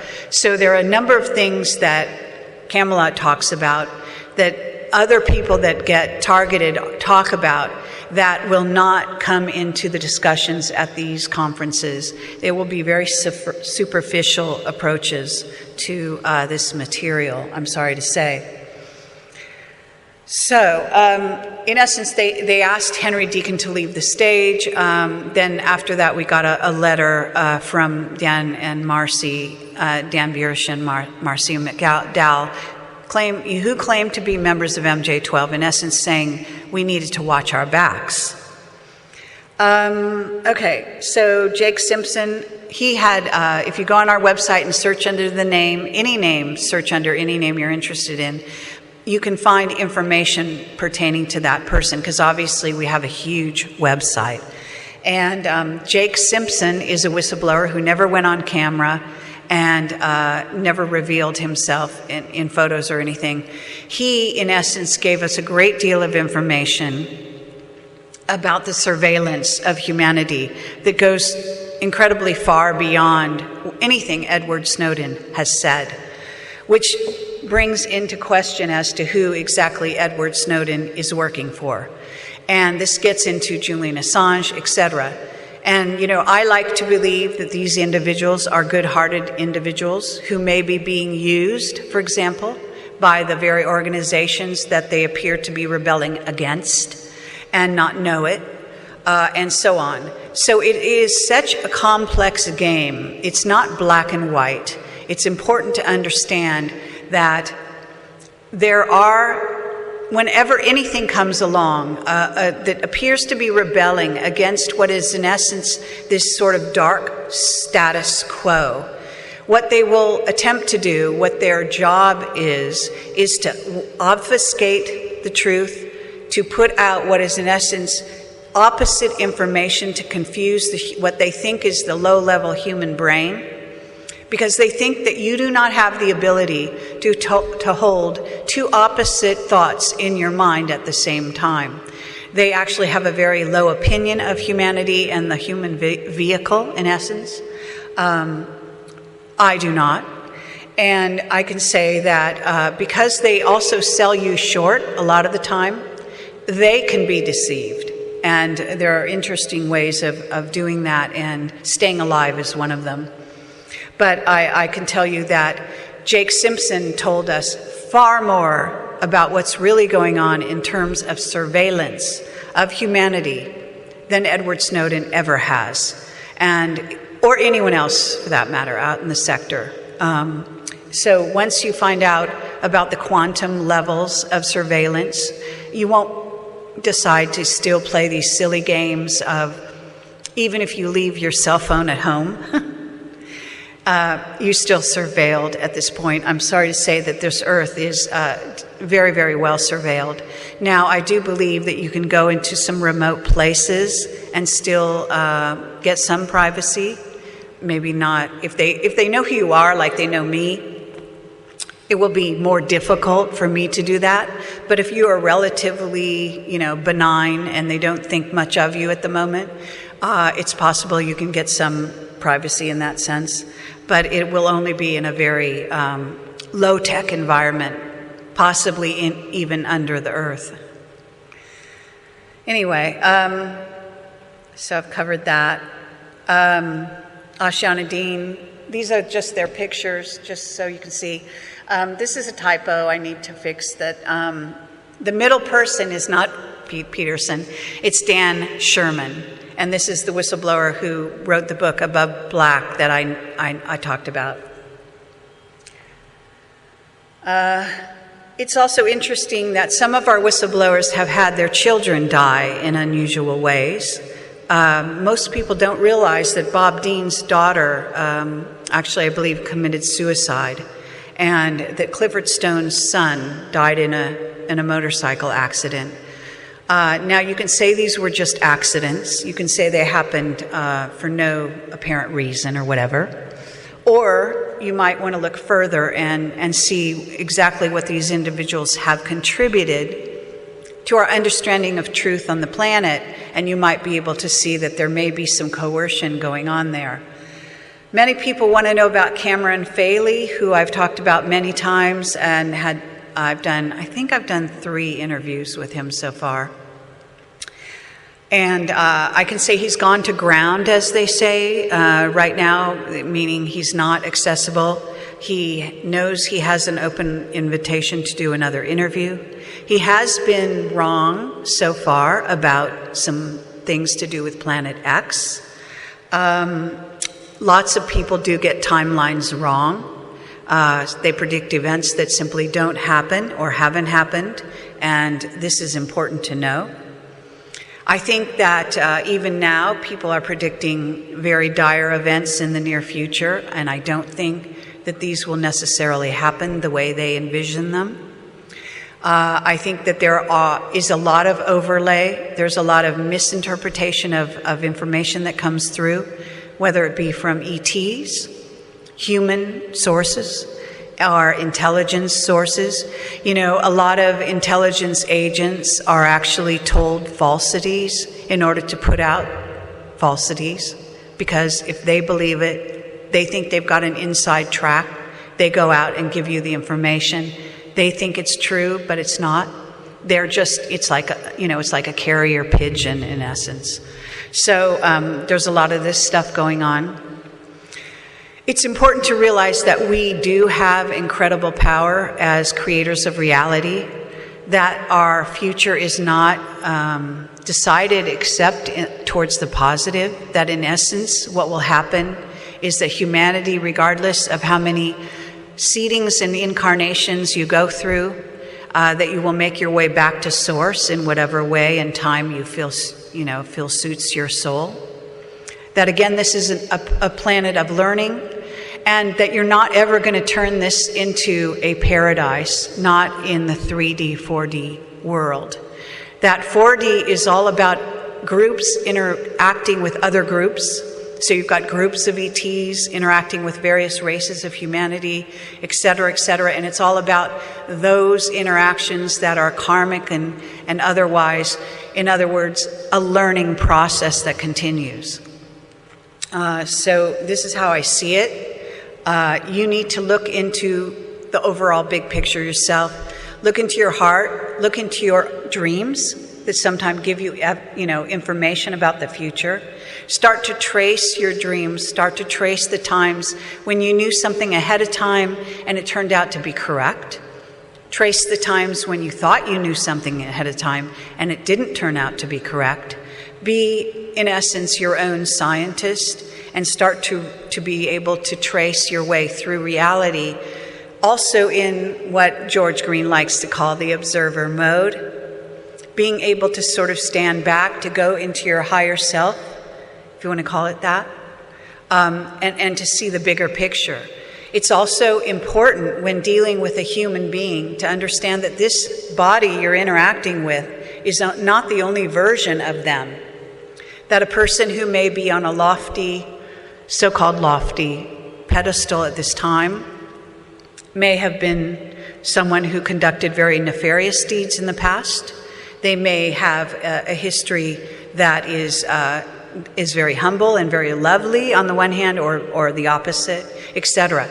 So it can help if you deal with a human being to not judge them, to not become their judge and jury at this time, to not decide that you know what is best for them, etc., just because you're interacting with their physical form here. And that goes for children as well.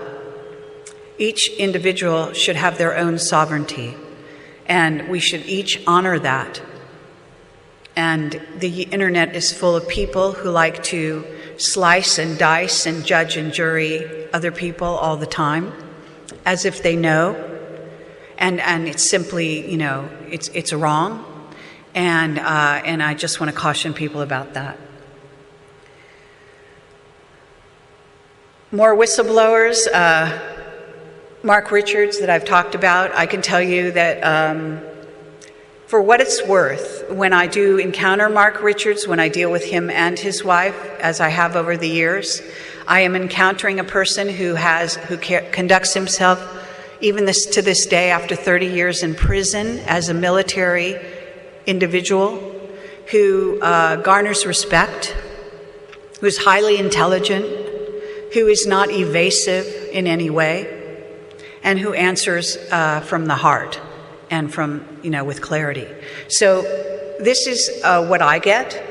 I know that I'm the only journalist for most, I believe, totally, other than his wife, Joanne, who was a journalist for a very short time, from what I understand, who has ever interviewed him. And this is kind of strange, and, see it as you will. Timothy Good, very interesting. He spoke at a UFO Congress in Arizona a couple years ago, not very long ago. I did an interview with him at that time. He went halfway through his presentation in the auditorium there, and they cut off the sound and the picture and everything. He lost everything.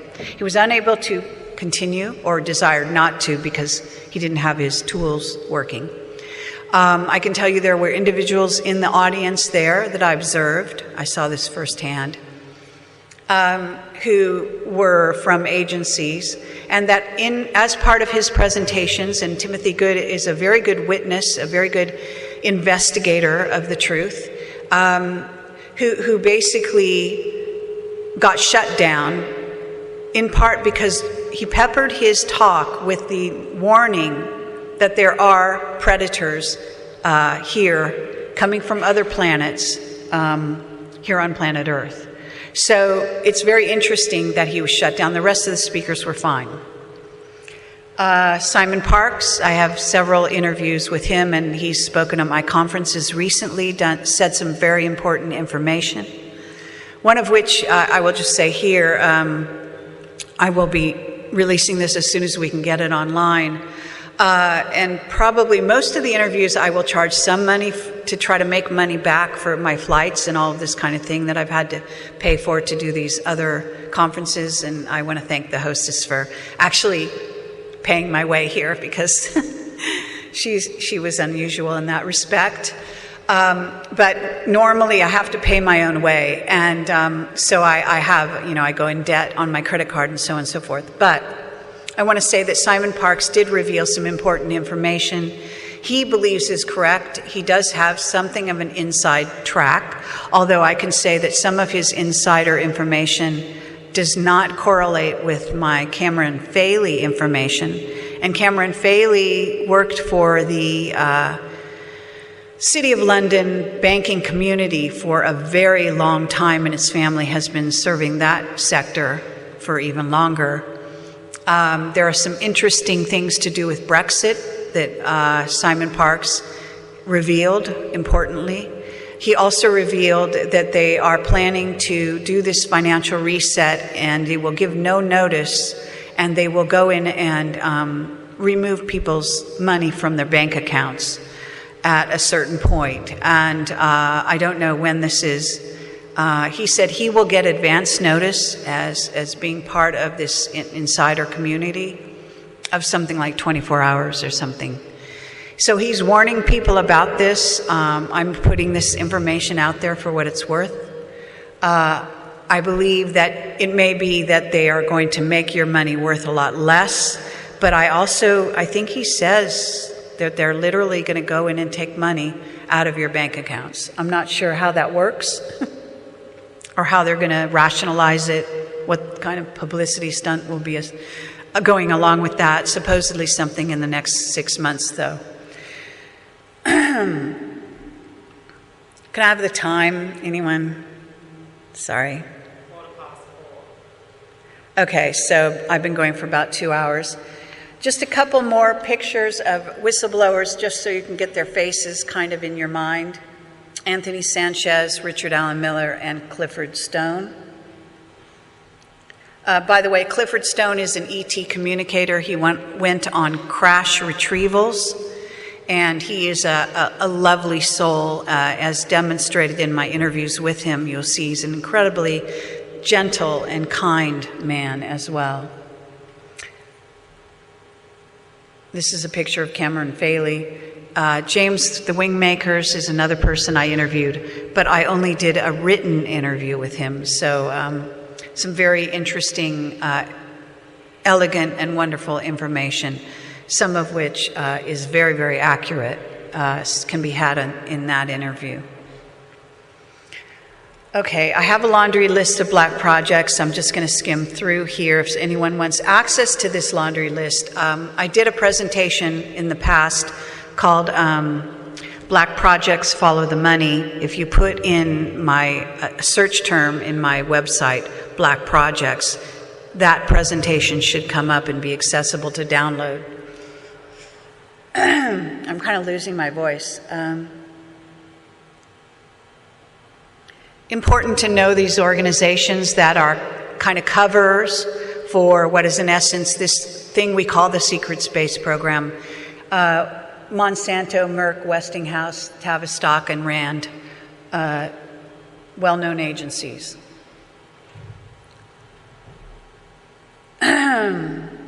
Lots to do with the Hadron Collider. One side thing, because I noticed that people don't seem to be aware of this, and it's something I stumbled on, is CERN is not the only one.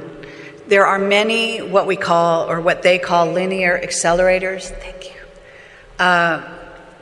And those linear accelerators are actually all over the world. They are able to do all kinds of particle beam weapons, creating portals, and so on with these accelerators. They're doing a lot of the same things they're doing with CERN. It is said, and I have testimony to this effect, that one of the things CERN has been working on very heavily is creating a portal that will go direct to the Draconis constellation to make it possible for this certain groups of reptilians to bring in a lot of equipment that they want to make sure that they have, as well as their own craft and so on. So this is basically creating a portal which is interdimensional, if you will. And they have to keep these kind of corridors open. So this is what's also going on.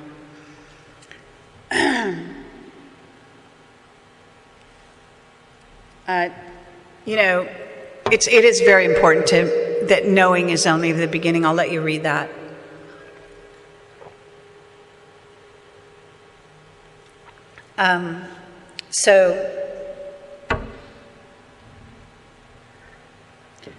Some people do ask me, they really think like it doesn't matter whether you know if there's a secret space program. And I have to say that they are making decisions for you every day on this planet. And they're also, especially if you have children, making decisions for those children. They're deciding which of those children will rise up in society and which will stay behind. Which will be used as food sources, and which will become Manchurian candidates, et cetera, et cetera. So it does behoove yourself to educate yourself as to what some people consider to be the dark side of what's really going on. And let me say that I'm an extremely optimistic person in spite of the work I do, or maybe because of it. I can tell you that Camelot has become sort of a light beacon, a centralization place where all of this information has come, but also all of the people that are going through stages of awakening, especially in the early days, often come and kind of travel through our material and find themselves awakening as a result of it. And I get letters daily to this effect. So I am optimistic about the future. And I can tell you that the individuals awakening now will not have to go through the long, laborious sort of learning cycles that some of others of us have had to do for them, in essence. That they will learn very quickly that they could awaken one day, even as a sleeping abductee or whatever, and basically tomorrow be leading people to awakening themselves as well. And this can be children of all ages. It is not difficult for us to learn. Humans have to be surveilled and corralled constantly by the dark side because you are not cattle, because you do change, you do learn at an extraordinary rate, and that you are not containable. And if you were containable, they would have already been done with you and thrown away the key. But that's not what's happening. What they're doing every day is working harder and harder to contain you. And basically, you are rising above it. It's like a balloon. You've seen the ball that you push down into the water, and it keeps popping up to the top, to the surface. This is, in essence, the consciousness of humanity. It will not be kept down. And you are greater than the sum of your parts. That goes individually as well as for the whole of humanity, because we are spirit first. So these are really important things to remember. I'm going to see if there's anything. I guess I'm going to end with this. I have had a vision when I was younger that I don't know if I was among these individuals, but I saw a pyramid landing on what in essence appeared to be Egypt or a place of this nature. And I saw rows of individuals coming out of this craft, and they were coming out by twos, and they were coming to serve the planet. And this was a very strong sort of dream. And I've had a lot of past life recall in Egypt. So I do believe that some of my information comes from there. I can tell you that Akhenaten, in my view, is not the same type of being as Nefertiti. And that, from what I understand, King Tut was not their child. He was adopted. I think this is correct. I believe that Obama was genetically engineered to mirror King Tut. These are important distinctions because the rule of King Tut was something of a facade. He is, I have a presentation that shows you him with all his regalia around him. He was basically a great PR job, and all the riches and the gold and all the nonsense that goes around him. I know there's a lot of New Agers that like to think that King Tut was, somebody of great significance. I do not believe this. I do believe he was a genetically engineered individual to carry out the lineage. But he went back to serve the dark agenda and the dark priests after Akhenaten and Nefertiti had broken away and created what was called Amarna. I went to Amarna. It looks like it's been hit by a nuclear bomb. Unlike most of the sites in Egypt, there are virtually very few or almost no ruins there. The land is just dust. There's a few caves with a few carvings in the up around the perimeter. And I had some very strong dreams, visions that were extremely real. Maybe more real than anything I've ever had in my life when I was there right after visiting Amarna. I did see Amarna. I do have the ability to sort of time travel when I go to various places and see other layers of the times. And I was able to see the place when it was a jungle and quite an extraordinarily beautiful place. But it is important to know that our history is so completely manufactured and such a lie. And if anything, I have to say, I have made a record album with my partner, Neil Anthony Sanford. It's called Rebel Gene. And the reason it's called Rebel Gene is because it's filled with lyrics. I did the lyrics from telling the sort of information I'm trying to convey to you at this time in lyric form, with music. And Neil Anthony Sanford did the music, and I did the lyrics. And what happens is, Rebel Gene is what it's all about. It is said that in the time of the Anunnaki, Enki and Enlil, there were basically two strains of humans. One strain that was very obedient, and they worked and lived under Enlil, and the other that went under Enki, and that they had a rebel gene, and that he refused to allow them to be, cleaned off the earth, which is what Enlil wanted. And I believe that some of us are, in essence, those survivors, and that we have what is, in essence, is a rebel gene. And I do believe that every human has at their access, whether it's part of their junk DNA or whatever, to awaken this rebel gene. And I think that that is part of our survival kit, to bring humanity through these woods in dark times, if you will, that you must question everything. You must, in essence, rebel against everything. And you must find your own center and find out what matters to you, what it means to you, in the deepest, most quietest place you can find. And when I talk about Kundalini and meditation, etc., I talk about doing this. I have done this. I have retreated from society and spent, I spent probably a year doing that, but I spent some very concentrated time, 2 to 3 months, in which I awakened my Kundalini and went through all of this when I was in my early 20s. But I highly recommend it, and I can tell you that it is what will matter in the future of humanity, and it is what will carry us. And this vehicle, which is absolutely a superb vehicle, which is capable of so much. And I do recommend a website called BioMind Superpowers. It was put together by Ingo Swann, said to be one of the more psychic individuals of humanity, even, who's died now. So that if you're curious about the histories of what is called remote viewing, and there's lots of lies around remote viewing. There's also something called remote influencing. It's highly possible that Max Spears, for example, was killed through remote influencing. And it is possible, and they know this, that you can kill somebody psychically. But this is the dark side of the power that the dark side inhabits and don't want you to know about. There's a light side and a dark side. And it also means that you can be a healer. The more you activate your awareness and your Kundalini, the more you have the ability to heal not only yourself, but others.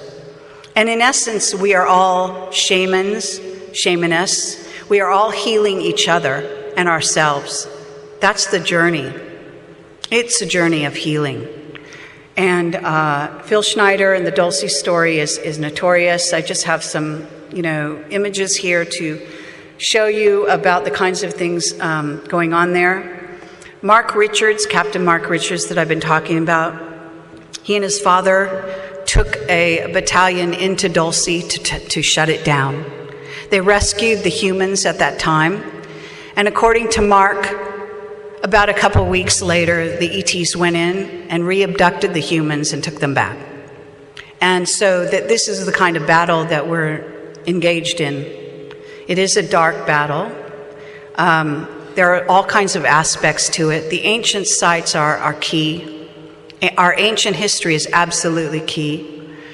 ISIS has been tasked, according to Cameron Faley, who is a Kurd, and he's spent a lot of time in Iraq and grew up, I guess, in that area as well as England. He says that ISIS has been tasked by the New World Order to go and destroy certain key sites, including, they've already done Palmyra, as you may know, some key areas of that. But they're supposed to go and destroy others. That's actually one of their main jobs, and they're being paid to do it. And you have to ask yourself, why do they want to destroy ancient sites? And it's because of the history of humanity that reveals the things that Ashiana Dean's books, the Voyager books, are telling, that the Bible is full of lies. It's so full of lies. Well, in my view, it's pretty worthless, but I do understand some people find value in it. Portals and stargates are keys to understanding what's really going on this planet and who you really are and your capabilities. We are all time travelers. I've recently visited a site near the border of Turkey and Syria, which is now surrounded by war. And we took a lot of photographs and did a documentary there. I could show it at the end or later, but it's also on my website if you want to watch it there. One of the things that was put into the museum are some carvings, and this carving shows a praying mantis, for example, holding a human being. There may be some indication that it's giving birth to that human. You may know that Simon Parkes considers himself to be part praying mantis, that he's like 33%, I think he says, praying mantis in his DNA. This human head has a snake going along the back. That's symbolizing Kundalini energy. The snake is always symbolizing the rising of the snake of the Kundalini, snake of light coming from the base of the spine, up along the spine through the crown chakra and above, symbolizing enlightenment. So there are all kinds of things that you can find in museums and all over the world. We have photographed museums, cat beings.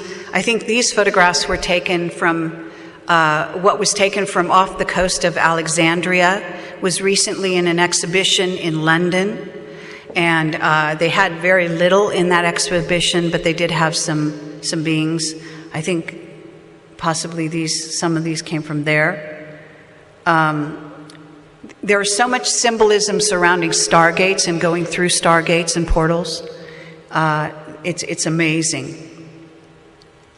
And I think that's my last slide. So thank you for listening. I hope this has been worthwhile, and I'm happy to take questions if we have time for them. And I believe they want to do possibly some kind of a panel discussion with the speakers that are on hand, and then we will continue tomorrow.